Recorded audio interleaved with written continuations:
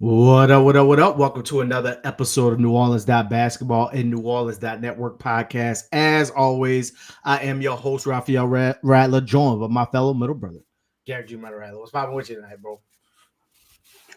What up, bro? Just touching that back down from that Pelicans game, man. It was interesting weekend so far in the city of New Orleans. Man, it's hot, man. It's hot now. So I'm a firm believer. I don't know if anybody else is. I wear hoodies all the time. Yes. Today was a day where I had to take the hoodie. I had to take the hoodie off, man. It's scorching out there. But I mean, hey, it's only right that it's hot in New Orleans while the Pelicans are that seems to be the hottest team, the hot new team, the hot team that everybody wants to talk about right now. So it's kind of reflective. It's kind of working in the image of the city right now. So it's pretty cool, man. It's pretty cool. But how's everything on your side? Everything is blessed, man. You're absolutely right.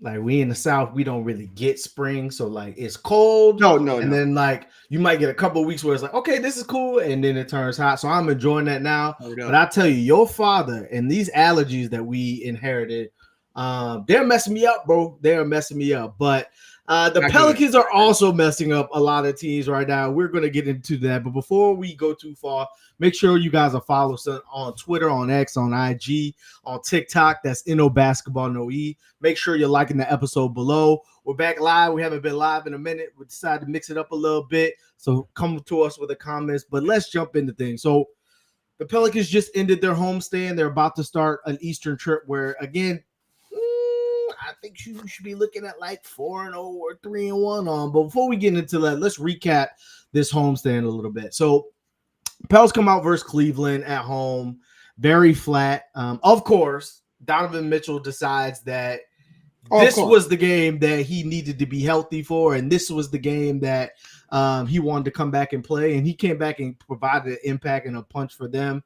The Pelicans defense like just wasn't there. Like you've seen and you hear about people talking about the game coming home after a long road trip is always the one where people are settled, they're back in their beds and they relax a little bit and you let your foot off the gas. Look, you just felt a little bit out of this game. Like the Pelicans couldn't hit any three. They were like 4 for 22 in the game. But really it was the defensive end that stood out to me that it was like, this is not what you've been accustomed to seeing these past couple of weeks. So Pelicans dropped that one, 95-116. Zion and B.I. show up, which has been a common theme, which we'll talk about later in this show. But outside of that, there wasn't a whole lot of shooting going on. There wasn't a whole lot of role players contributing. So what were your thoughts in that Cleveland loss that kind of was the lowest part of this week? Yeah. The first game back off the road trip is always difficult, right? You get back home and you get in your comfort zone, you kick your feet up a little bit, and then a team comes in who has a lot to play for, right? Like Cleveland is number 3 in the East. They are trying to battle to get second seed and behind Boston, and so they have things to play for, right? And then again, Donovan Mitchell comes back and provides that spark that they need. And again, the shooting variance, I mean, you get outscored by like 40 points from the 3-point line. You outscored it kind of negates the fact that you outscored them from the line by like 19 points. They didn't shoot a free throw to the fourth quarter. I think the shooting variance in that the match is not going to math in your way. But one thing I will say, like it was a bad game, and maybe you should take it with a grain of salt that it was the first game back. But like the glaring thing that we have been screaming about for the entire season came back to rear its head and reared its head very ugly. As the Pelican centers, it is something. It is something to look out for, because Damon Jones, God bless him, Scotlandville's own from Baton Rouge. He looked like prime DeAndre Jordan out there. I mean, JV just wasn't quick enough to play the yo-yo dance between the Cavs guards, dynamic guards, and the athleticism behind him, right? With Jared Allen and Damian Jones. And so it was jarring to see them go to that play over and over again, to the point well, Willie Green just said to hell with it and put Brandon Ingram on Jared Allen, which I think was a brilliant coaching move. There was a lot of good things in that game. We'll get into that. Willie Green's been showing some things too. that I liked from Willie Green. I saw some things that I really liked. But in the end, like it just that lack of athletic rim protector, like Damian Jones, like Evan Mobley got hurt and they found him just somewhere and signed him, and like he is exactly the player that you need, right? And when you sit around and you watch like Daniel Gafford go for 19 and 20 rebounds, knowing that he went for a low first round pick, which might turn into something for, something good because Dallas with their pick, just throwing picks to the wind. But still, like a target that could have been made for the Pelicans. It is just rough. And you saw, Larry Nance just be too short to deal with Damon Jones jumping and Jared Allen jumping, and then JV just be too slow-footed to deal with the pick and roll dance. And so it reared its ugly head. And again, when you come into games like this where you have these athletic centers and these tall guys, it's going to continue to be an issue. And if the Pelicans have who they have on the floor, this is who they have on the team. We keep talking about it. Nobody is walking through that door. It's going to continue to be an issue if these are the type of players that they're going to find. Yeah. Again, we've been screaming it for a long time, and I think the Cavs are one of those matchups where the things that the Pelicans kind of struggle with when it's not Herb Jones is on ball attack. You saw it tonight versus the Blazers, where somebody you've never heard of just went off because you didn't have Herb and you didn't have Dyson. Well, again, Donovan Mitchell comes back. Darius Garland has an impact on the game, but then so does Donovan Mitchell. So when Herb sits down, there's no one to guard that pick and roll. But to your point, I think this is the glaring need. I think this is the glaring weakness of this team, and it's something you are going to see a lot of in the playoffs, isolating in the pick and roll and finding those matchups. And the Pelicans, at this point, they don't really have an option but to go small and to play someone who is not accustomed to playing center outside of Larry Nance, because that's just what's left on the roster. And so, again, it's an interesting dynamic. That's the team that kind of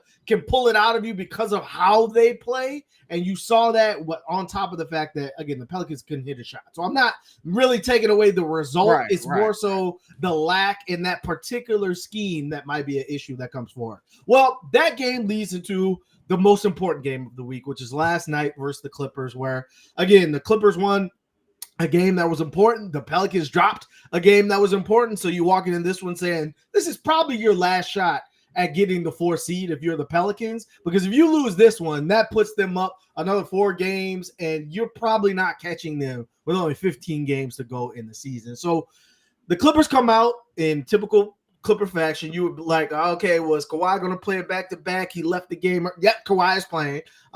James Harden decided that he wasn't going to play this one, which was probably in the Pelicans' best interest. But again, the Clippers came out punching. It was a back-to-back in a game that they need too, right? Like, they want a home court advantage. If these two teams end up allowing, and to Ty Lue's point, the Pelicans kind of been kicking the Clippers' ass as of late, whether it's with Harden, whether it's not Harden, whether it's Paul George, whether it's Kawhi, it doesn't matter. Like, the Pelicans have kind of had that number, and you saw it throughout the game. And so talk to me about what you saw from start to finish in this game, both from Zion, both from the role players. It was really an all-around team effort. Like, if you look at the box score and you watch the game and look, everyone kind of had their impact, whether it was Jose getting you extra possession, Najee with some clutch 3, but Zion was that guy that, again, reminded people just how special of a talent he could be.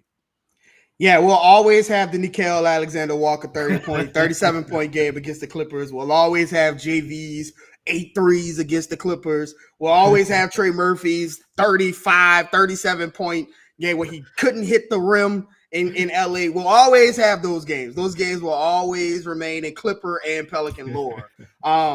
But this game, bro, like this game showed me a lot about the Pelicans. And there is just a lot to get into, because this was a game where you hear all of this talk about the last big game that Zion played in. he floundered, and it was against LA, and it was the in-season tournament. Well, this game wasn't televised. It wasn't like built up to be this incredible game. But if you look at the slate of games last night, there were not a lot of good games on. And the Pelicans Clippers was the kind of the game that, like, if you were like a normal or casual NBA fan, and you were like, man, let me just find a game to watch tonight, that would be the game that you probably would watch. You say, okay, Zion, Kawhi, you got the stars lined up and everything. And so this was a game, and it was a huge game. Everybody knew the stakes. And, and this was an opportunity where, when you're talking about hosting a playoff series, literally it all rided on this game, because you could forget about it. We talked about it off the pod. Had they lost that game, you would be a game and a half out of 8th place, let alone trying to catch 4th place. And so there was a lot riding on this game. And I mean, from the get-go, there was just physicality. There was a level of playoff intensity. And for the first time in maybe since that Minnesota game, I saw the Pelicans rise to the challenge against a good team, against a great team. And I mean, they met the Clippers at every level of physicality that they went to. There was a couple plays in the game where it felt like the Clippers were trying to big brother them. Kawhi was hitting a couple of those tough mid-ranges. B.I. and Zion were fighting their ass off defensively, but Kawhi and Paul George were doing what Kawhi and Paul George does. Side note, this was a game where the Pelicans missed Dyson Daniels a lot, because it felt like it was whack-a-mole. Herb was on Kawhi, and then Paul George would get 2 or 3 shots off. And then you see Herb look towards the Paul George way. Here come Kawhi cutting down the middle. So it would have been nice to have been able to have Dyson's interchangeability on the defensive side. But first of all, Herb Jones got his Heisman moment last night. I think this was if you were first on the fence, defense moment, if you were on the fence about voting this guy first team All NBA, when you opened Twitter and you saw Herb taking off from inside of the paint and Paul George lifting the shoot, and somehow, some way, even Paul George said it's the first time it's ever happened in his career where if he's seen somebody close out like that. That was the Heisman moment. And that is the kind of electricity that Herb can bring defensively, that it feels like his offensive game has expanded, and he is a knockdown shooter, one of the best stories in the NBA, honestly, and now turning into conversations about being the best contract in the NBA right now. His defensive plays feel like Zion dunks. They feel like Trey Murphy's threes. Like, you know it when you feel it, right? You know it when you see it. You know it when you feel it. Like, this game is gonna roll with the Pelicans. When Herb is doing stuff like that, I mean, that is momentum swinging knockout punches, and he was giving it left and right. Paul George, Kawhi had phenomenal nights offensively, and there was short spurts where you felt it, but you never felt like, okay, they are like putting the Pelicans away, because Herb would stymie those runs. Brandon Ingram is showing me a level of maturity, a level of understanding, a level of awareness of the moment, of where he is in his career, where this team is, and what they need. Because there were years, and we heard him say it, like, he coming to the season, they're gonna have to give me the ball, and they're gonna have to get out the way. Like, we've seen Brandon Ingram have that kind of mentality. But this Brandon Ingram is a winning player right now. That is the best way you can describe it. He is playing the game. He is letting the game come to him. He's making really good passes. He's not forcing anything, and he's looking to dance with Zion, right? Like, he's looking for ways to get him and Zion both involved. He's looking for Zion in early matchups where Zion is running down the floor and getting the early seals. B.I. is looking for him. B.I. is looking for the shooters, and he's rebounding, and he's committed to the defensive end. This is a guy. He debuted his playoff colorway of his shoes. this is a guy that's showing me that he wants to be in that playoffs and wants to do things in the playoffs with the way he's playing. You just can't. If you look at his box scores, you look at his numbers, and look where his counting stats used to be years ago, like last year and in the playoffs and all of those years, you'd say, okay, this guy it might have hit a wall or something. But then you watch the game and you're like, nah, this guy he understands it. He is a better player than we have seen, right? This is a guy that is fully coming into like, I know what to do with the game right now and what my team needs, and he's committed to all aspects of the game. But let's talk about it. Let's talk about it. Remember when I said what Herb Jones did to DeJounte Murray made me very uncomfortable? Yeah. What Zion did to the Los Angeles Clippers, it was, I mean, it's like he went down like a roll call. It was like, all right, PJ Tucker, that ain't gonna happen. Check. All right, cool. Yeah, you go slide Paul George over here, that ain't gonna happen. You go put Kawhi, defensive player of the year, for now first team all that ain't gonna work. You gonna sit Zubac at the rim and with his arm up, that floater that he hit when he was coming across the lane and he teardropped it over Zubac, when it went and it like dropped in and he just was like, he shook his head like, man, I'm ridiculous. that I saw Zubac's like soul leave his body. Like, I'm like if he's gonna do this, then the Doctor Strange, yeah. I just to hell with it. Like, I'm out. All right, I'm out. No mas. Throwing the towel. That Zion is in a zone right now where he is like the offensive hub, but he's on a floor full of all NBA talent. Zion was very clearly the best player on the floor. And I would venture to say like the second or third best player defensively on the floor. And when that is all happening at once, this is the Zion. I've talked about it with you off the pod. There is a time in like every young player's career where when they deal with adversity in their early parts of their career, there's an inflection point where they either hit a switch or it doesn't hit. And through all of this time that Zion has been in the league and missed these games and had this issue and the piano incident and all of these other things, when this guy gets on the floor and he is healthy, we are seeing a time where Zion is hitting that inflection point. And I think this is the Zion that we're going to see like moving forward, because this is all NBA type stuff here. Also playing defense and doing winning things, and him becoming a hub right now. I just think he's coming into his game. And I welcome to the chat. I'm seeing people talk about, the jump shots and things. I talked to you about this. Mm-hmm. Yes, I would love to see it. Tedra, it would be great. But at the same time, like, I watch Giannis win it all, win MVPs. And at some point, bro, like, you can't stop me.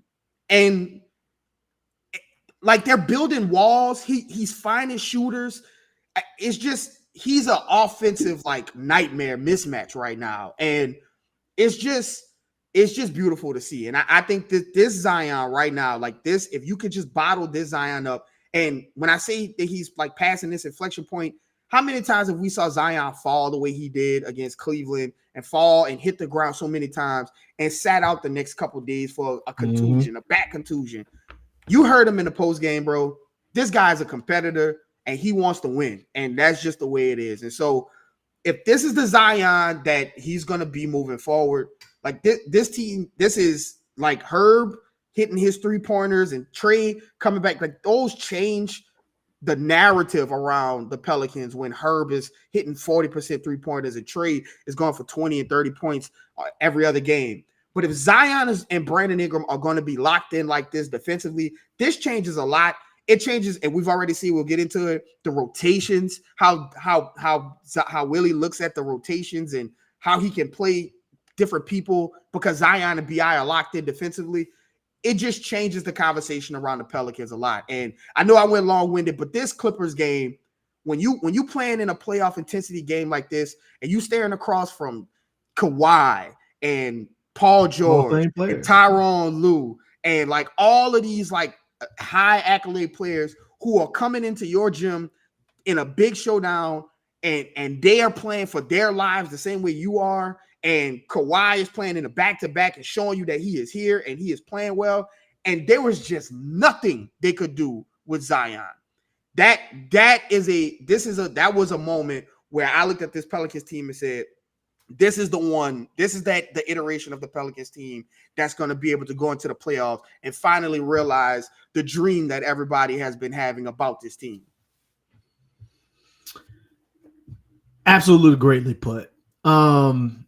You and I talked about it on a couple episodes ago where we said, in terms of looking at the matchups and looking at, what it takes to win in the playoffs, you've got star power across the board in the West. And normally it comes down to, do you have the best player on the court if you're going to win a particular series?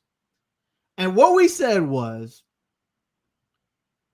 no one knows with Zion. Like, you don't know if it's, like Giannis earlier in the career, they'll build the wall, the Bucks will have to figure it out and probably lose a couple series they shouldn't lose and have to go in the offseason and figure out what to do differently around Giannis and what Giannis has to add to the game and so on and so forth. Things like that. But here's the other side of it. I'm glad that Tedro asked that question about, adding a jumper and adding a three. My thing for Zion to add, secondly, to getting to the rim and doing that other stuff, was the defense. Because you've already shown me in college how big of an impact you can be on that side of the floor. And to be honest with you, if Brandon Ingram and Zion Williamson aren't bought in on the defensive end, the Pelicans are going nowhere. Because you brought up a great point. Defensively, Zion was one of the best players on the game, but in that particular game. But Zach Lowe talked about in his podcast earlier this week, the thing that he was curious about is, our team's going to pull Zion out in the playoffs and say, come guard me, in a way that he hasn't had to do his entire career in the NBA, where every single time down, you got to come see whoever is at the top of the perimeter. Well, in this game, versus outside the Celtics, probably the number one team that hunts matchups in this NBA, Kawhi tried him. Paul George tried him. Norman Powell tried him. And time after time, Zion was moving his feet in a way where even if Kawhi made the shot, Paul George, but it was a tough shot. Like, it wasn't I created the space, that's cash every time. And if he's going to do that, it's the types of matchups, the types of lineups, like you mentioned, that Willie Green can put on the court are exponential, because you got all these players that are 6'8", and none of them are, just like the Celtics in the Eastern Conference, none of them are liabilities on the defensive end. That's why I think Dice is so important. But if he's able to do that, and what you missed and what you didn't talk about is the Pelicans were in a close game versus the Clippers. The Pelicans were in a close game versus a team that knows how to execute down the stretch. And what did Zion say? Give me the damn ball. I will bring us to victory. There was a couple possessions in there where CJ, kind of did some CJ things, and there was some ugliness. And the very next possession, yo, give me the ball, right? And the paint to great began. Either Trey got an open shot, or B.I. got an open shot, or Zion got to the rim. And so if he's going to be the best player on the offensive side of the court, and he's going to be a plus defender on the defensive side of the court, that is a talent that everybody has been waiting to see. And so this was that type of game where people are reminded, that's why the entire season can go by, this man can play 0 minutes, but every damn day you're going to see on First Take, what is Zion Williamson doing about? Because they know that this is what's within him. And if he can do this consistently, we'll talk about these matchups, but there's not a lot of teams, like we talked about in the offseason, there's not a lot of teams in the West that have a guy that can, one, slow him down, but two, go defend the perimeter guys in PI and CJ and Trey and all these. A lot of guys don't have stoppers. They just don't have it. Like, you saw what the Pelicans look like tonight versus the Blazers without a Herb Jones. A lot of teams don't have a Herb Jones. So, like, what do you do then in that scenario? And that's why, I want to talk about this topic, because it's late in the season. There's 15 games left. At this point, you kind of know a little bit about what's going on in the NBA and where people are going to be sliding all NBA and things like that. The way Zion's playing right now, if he plays this way through the remainder of the season, he's played almost just enough. I think he needs 10 more games to be eligible for all NBA. Is it too late? Because if he plays like this, like over the last 15 games, he's averaging 24, 7, 5 at a 57% click, shooting 75% from the free throw line. Oh, by the way, he's averaging a block per game and a steal per game. In the last 5 games, it's even worse. He's averaging 29 and 9 and 4 on 63% shooting and 77% shooting from the free throw line. Like, if he's going to continue at this pace, do you got to take a look? Do you got to say, hold on, before we put the second best player on the Celtics in a Jaylen Brown, before we put 2 Lakers in there, before we put 2 Suns in there, do we have to look at this guy? Oh, man. I want to say yes. I want to say you should get those looks, because what he's doing in the time where, like, the Pelicans, like, this is a time where the Pelicans are fighting, right? They're like, this isn't just like them coasting in the 1 seed or they're in the play-in tournament, they're trying to get the 9th or the 10th seed. Like, they are fighting for staying out of the play-in tournament and also trying to host a playoff series. So it's not like you're fighting 6 and 5, like you're fighting 5 and 4 and fighting off 6. So he is playing in meaningful games right now. I think the problem is, one, I do think there is a narrative part of getting this vote. I think it's kind of sort of what we saw from Jason Tatum before they had that loss. I think it was against the Nuggets, where he didn't play well. But the narrative was, well, Jason Tatum's the best player on the best team. Should he start to get, even though his numbers are not close to like Luka and Shea and Jokic, like they're cool, but they're not off the charts like any of these other guys who are up there. And I think I've said this before. When we had that in-season tournament game and they lost, the show we did after it, I said, I think the narrative is just going to go away from Zion. Literally the episode, because I was like, I think everybody's going to be like, okay, I'm checked out on Zion until he shows me that he can be do with these kind of things, do all this incredible stuff when the lights are brightest. So I do think that between that and the fact that, like, for a really big, not a big span, but a good span of this success that the Pelicans were having, I think that egalitarian stretch where like everybody was touching the ball and Zion had some of those like 18-point games and 15-point games. The NBA is so like the stats are wild right now. Like Jaylen Brown is the second best player on the Celtics. He averaging like 27 points a game. Like they're talking about 3 Celtics in the All-Star game, and Luka's putting up 7 straight 30-point triple doubles. Could he sneak into like one of those third team, because people are like, don't make the 65 game limit? We could go through the list of like the people who are not going to make that. Maybe there's a chance, but I just think that the season has gone by, and for the better of the Pelicans, he hasn't played a lot of minutes in like a lot of these games. He hasn't had to do so much like, some of these other teams we talked about, Luka having 30-point triple doubles, but they were losing games and things like that. And Giannis is having a ridiculous season and like they could barely win games. I think that part of the season, I think that season is past Z. But what I think He could get in on the third team. Would not surprise me. There's a lot of people that would be. But what I do think is that he will get some of the Herb Jones treatment next season, where like you kept Herb off a lot of times off of all defense. Now everybody's like, okay, well, Herb is obviously first team all defense. I think if he can continue this and the Pelicans make a long run in the playoffs, first of all, I don't think anybody will care if he made all NBA, including him.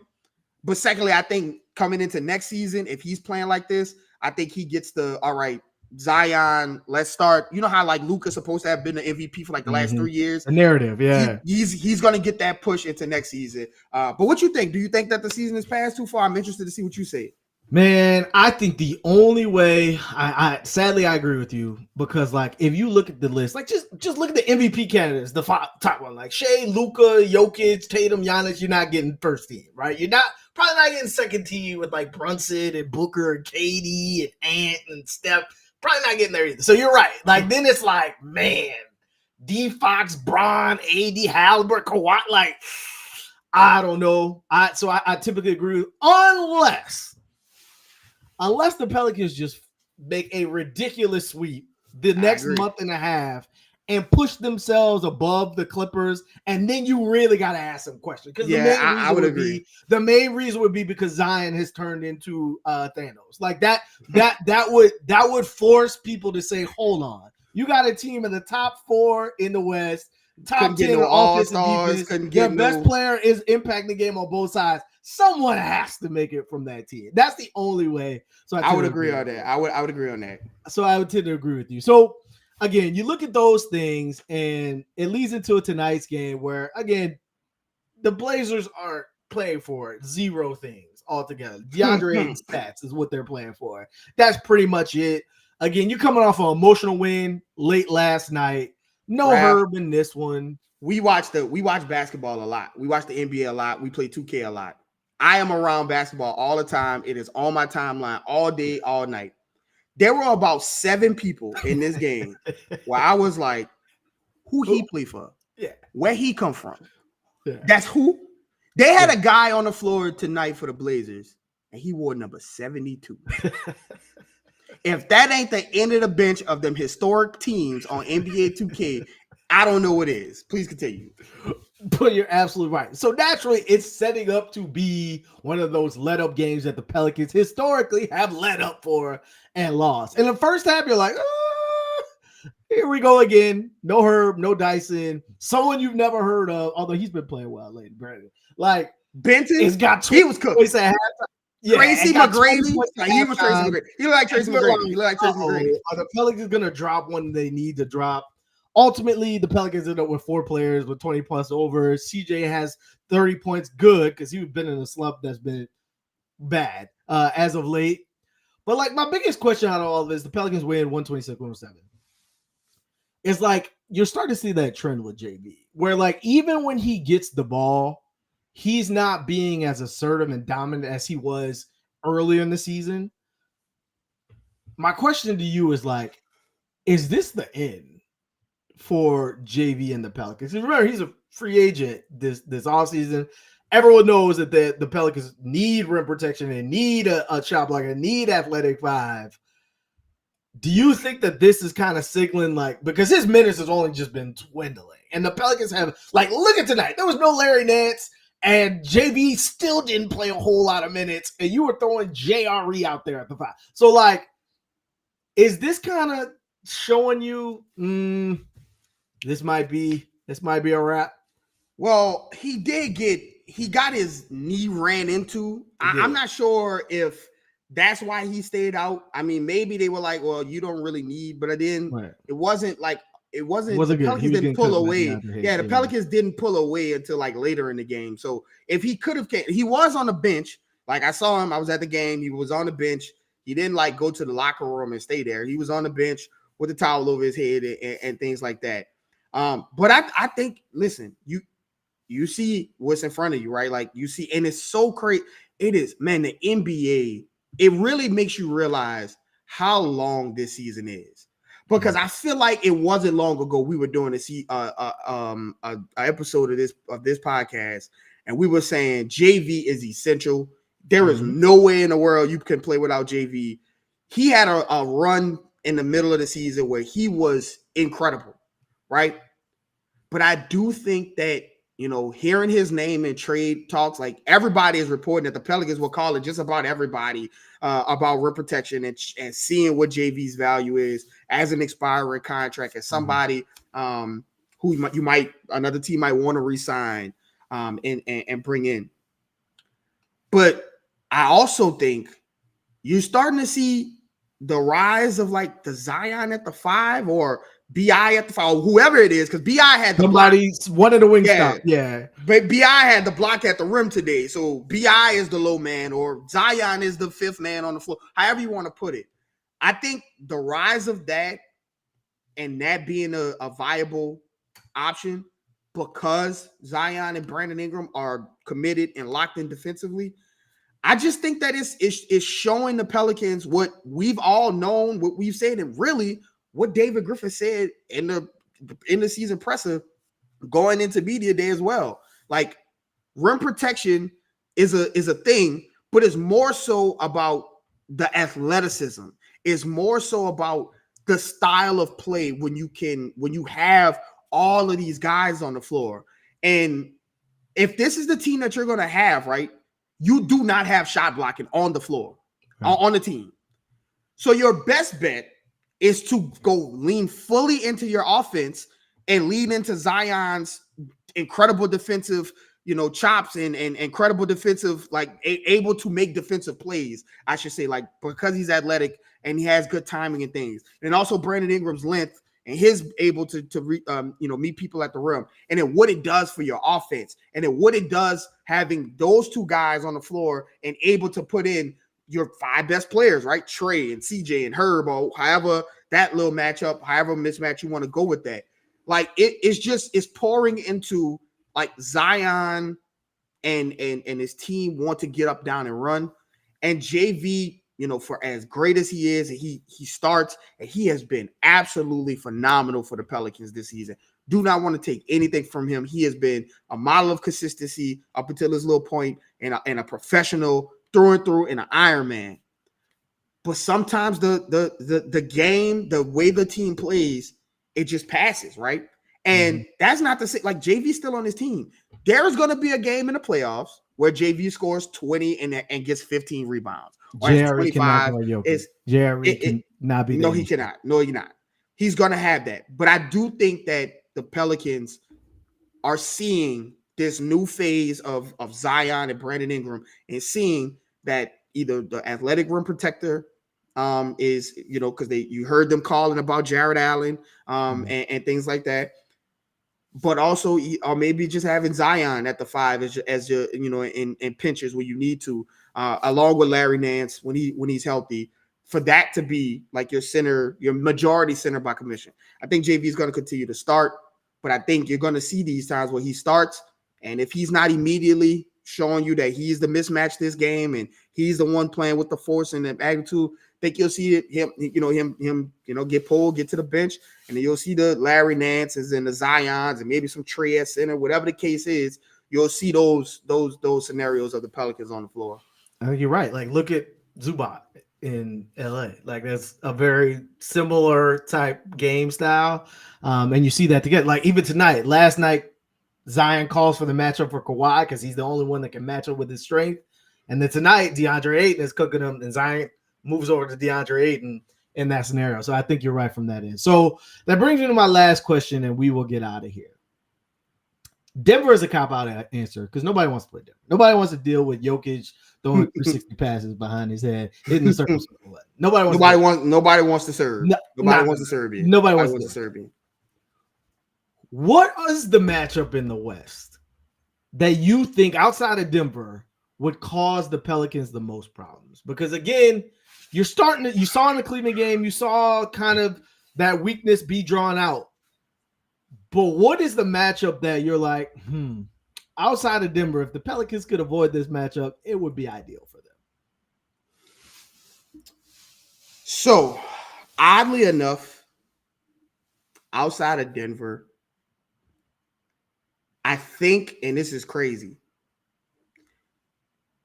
I think the only team is Phoenix. I think that's the only team. And I say Phoenix because Herb has issues with fast, crafty guards. The crafty guards, right? Like Luka and Devin Booker. And it's something about when Devin Booker plays the Pelicans that he just goes supernova. Now, I don't think you have to see Phoenix. I don't think you'll have to see them because I think you'll be on the other side. And I don't think Phoenix is coming out of a 3-6 if they're in a 6, or they might even not be 6. They might be 7. They might be 8. Whatever they are. Tough. They are tough. But I do think that in a 7-game series where like you have Durant and Booker and Bill, obviously you will have the size matchup with Zion and JV. You will have the size matchup, but it's just having to deal with Herb not being the best matchup for Booker, and then also trying to figure out, okay, well, if you can't do that, then you have to put Dyson out there, and it just throws like the rotations off just for them having 3 mid-range scorers when you have JV playing drop coverage, or if not JV playing drop coverage, Zion up on the screen, having to deal with Kevin Durant in the mid-range of getting in foul trouble. It's just a lot of that stuff just like gives me headaches to think about. A lot of those teams, again, outside of Denver, a lot of those other teams, I think like they could have good matchups against, and I'm interested to hear your side. But I just think Phoenix, and really Phoenix and Denver are the only 2 teams, because I think the Clippers have a Zion problem. I think OKC has a hell of a Zion problem. I just think all of those people have Zion problems. Yeah, I just think all those people have Zion problems. I think Phoenix would have a Zion problem. I just think with Kevin Durant being his unicorn, being a unicorn, and Devin Booker with that craftiness, the foul baiting, the foul drawing, and Bradley Beal just being like out there, and like you just gotta like hope CJ not getting cooked or like whatever. Like it's just a lot of that just gives me headaches. But what's your answer? I'm interested to hear what you say about this one. I tend to agree. I see in the comments OKC. When I watch OKC versus like the Lakers and versus like the Timberwolves and like the teams that can really beat you up in the paint, based on what I just saw Zion do, I'm not sure Chet and Lou Dort got the facilities for that. I just don't. And you mentioned Herb struggling versus crafty guards, which Shea is the answer for that. But Herb has done a pretty good job. I would venture to disagree a little bit. I think Herb struggles versus guys that are stronger than him, that can move him with their weight, like Luka and like Devin Booker. Whereas guys like De'Aaron Fox and Shea can't really move Herb in that direction. So a lot of it is predicated on craftiness. So he would have to watch his fouls and things like that. Minnesota, I think the Pels have. I think that's a good matchup for them. I just think that based on what Minnesota does well, I think that's a good matchup for them.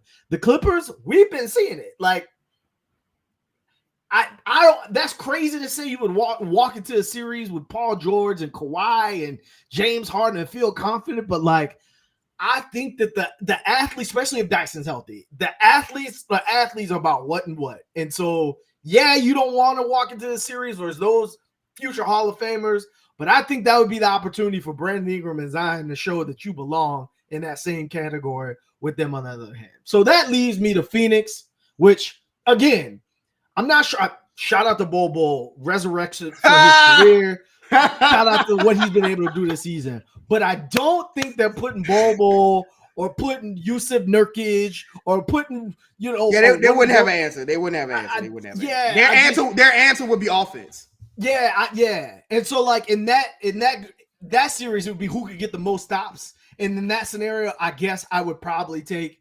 the Suns, I guess, because KD showed it, but like, I don't know. I think I'd still take the Pelicans in that series. I'm just saying I think that would be the one that give me the most headache. I think the Pelicans could beat the Suns. To me, to be honest with you, and this sounds weird, I don't want the Pelicans to match up with the Mavericks because I think they second on my list. I don't think there is a Luka deter on the. I think Dyson can make things difficult. I think that Herb can make things difficult. But when Luka and Kyrie get into that mode where like they're just making contested shots over and over, and there is nothing you can do, and they would be the two to expose the pick and roll over and over. Another problem is that you would probably have to have Herb and Dyson on the floor together at some point in time, right? In that series, which means that like either Trey isn't playing or like Herb isn't playing, like, not Herb, CJ isn't playing, like somebody on the offensive side, and they're gonna push a lot of that towards Dyson to score offensively. And so Dallas was definitely second on my, just because the matchups are in the like their matchup advantages are in the backcourt, which means that like CJ, listen, Luka gonna come out there looking for number 3 the whole game. Like he's gonna come out there looking for 3 all season long. The Pelicans trust their one-on-one defense. Again, Brandon Ingram has stepped up. Zion has stepped up. Obviously, you got Herb. Trey still got some work to do. Like, you got Dyson, things like that. But I don't know if you want to go one-on-one with Luka and Kyrie. I just don't know if that's the – and now we just talked about Daniel Gafford being a good pickup from them and Derek Lively. Them exposing that pick and roll, and I could just see JV doing the Flintstone feet, and I don't know. All right, like I still think the Pelicans have the better overall team. I just think in a playoff series, I don't know. Again, they don't have anything for Zion, so not very many people do. I don't know. Luke is one of those guys that he could go star power for star power with Zion, like every single game, single game. Luka could be the best player on the game. Now, Zion could also be the best player on the floor. You don't know. But he is one of those mega stars. And Kyrie as a running mate, that's tough. But they've been losing a couple of games. They haven't looked their greatest. Oh, they can't stop anybody. Yeah, Luka's got some hamstring issues. So I do think that the Pelicans would eventually try to figure, like, overwhelm them with their depth and players. Maybe even get a Trey Murphy game where he could get shot out to Spitter with the Simpsons face, but like I do think that Dallas would be my second pick after Phoenix. I agree, but outside of Denver, I would say those would be the two, just because they've got the shot makers that have shown it in that environment that they can make contested shot. And while the Pelicans defense and perimeter defense, I think, is up there with the Celtics and up there with the Timberwolves and what they can do to you defensively, I just think that those guys are different in the playoffs. And like, I don't know if you'd be welcoming that as a playoff series. But again, I don't know, man. Zion is the big question mark that if he's the best player on the court, I'm not sure any of these matchups are not favorable to the Pelicans. But that's all we got for you this show. Again, appreciate everybody that joined us today. We see all you guys in the comments. We see all you guys that called in. Make sure you guys are following us. Make sure you're doing things like that, because the Pelicans, it seems like, again, something has kind of clicked with them where they're starting to understand what it takes. Some of these games that used to be losses and some of these trip-up games and stuff like that, you're starting to see them play in a different manner. And you're seeing from Zion, and the fact that he's willing to dive on the ground and just do all the small things it takes to win. Same with B.I. I feel like things are a little bit different. But what you got left for the people, Garrick? As always, you never know what people are going through, so give someone a smile today. Yeah, I think things are it's a little different, right? Shout out to the SEC and their motto. It's just different. It just feels different, right? And it's kind of been all season. Like, you kind of remember at the beginning of the season, David Griffin saying, like, this is a different Zion. He's here in the city and all that. And then you get to this time where you hear stuff like Brandon Ingram telling Zion after he turned his ankle in New York, I can't leave you out there. Like, I'm going to play. Right. You see these guys playing in that back-to-back against the Pacers when it was a terrible travel situation, and saying, listen, we need to get out there and play. And then Zion falling on the ground and hitting the ground hard and popping back up to come in and playing and not missing games for contusions and things. It just seems like these guys understand what's in front of them and what's on the table and what they can accomplish with this team. Because, again, this is a great team to root for. All of these guys are hooping, but this team is going to get expensive. And this team, there's going to be some uncomfortable decisions, uncomfortable conversations made. So this is the time to bottle all this together while all of these guys are here, and this opportunity in front of them where they could host a playoff series after not being in the playoffs and missing the playoffs, and think about all of the things that you have, all the iterations of the Pelicans, the Eric Bledsoes, the Lonzo situation, all of that with a chance to host a playoff series and not have to play in the play-in tournament. I think these guys understand it, and I think it's different right now. So as always, follow myself at Garrick_Rattler. Follow my brother at Raphael_Rattler. Follow the page at NewOrleans.Basketball, no E. That's on Twitter, Instagram, wherever you get your social medias. And most importantly, subscribe to NewOrleans.Basketball. And we'll see you guys on the next time. Appreciate you coming. Hey,